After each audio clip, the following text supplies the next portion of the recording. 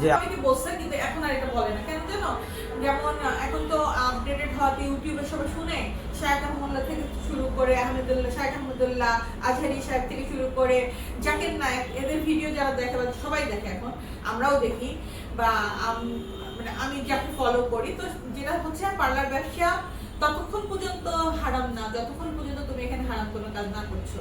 যে কোনো ব্যবসায় হারাম না যতক্ষণ তুমি হারাম না করছো, ততক্ষণ পর্যন্তই হালাল যতক্ষণ তুমি হালাল ব্যবসা করছো হালাল নিয়তে। এখন কেউ যদি তোমার এখানে এসে সাজ করে আর এক জায়গায় দেখাতে যায় অন্য পুরুষকে, সেটা তো তোমার মাথা ব্যথা না, তোমার কাজ তুমি তাকে কাজ করে দিচ্ছো। আমি যদি এখানে হালাল না, ধরো আমাদের জন্য আইব্রো নিষেধ ইসলামে, আমি তো এটাই নিই না, আমি এটা করাই না, আমার এখানে চলে না, বন্ধ।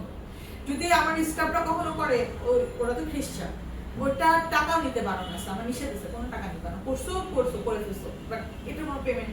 যে কোনো ক্লায়েন্টকে, আমার যদি পরিচিত কোনো ক্লায়েন্টের সাথে কথা হয়, জিজ্ঞেস করলে জানা যেন আমি টাকা নেয় না, গ্রুপ লাগের টাকা আমি কখনো নেই না, প্রশ্নেই আসে না।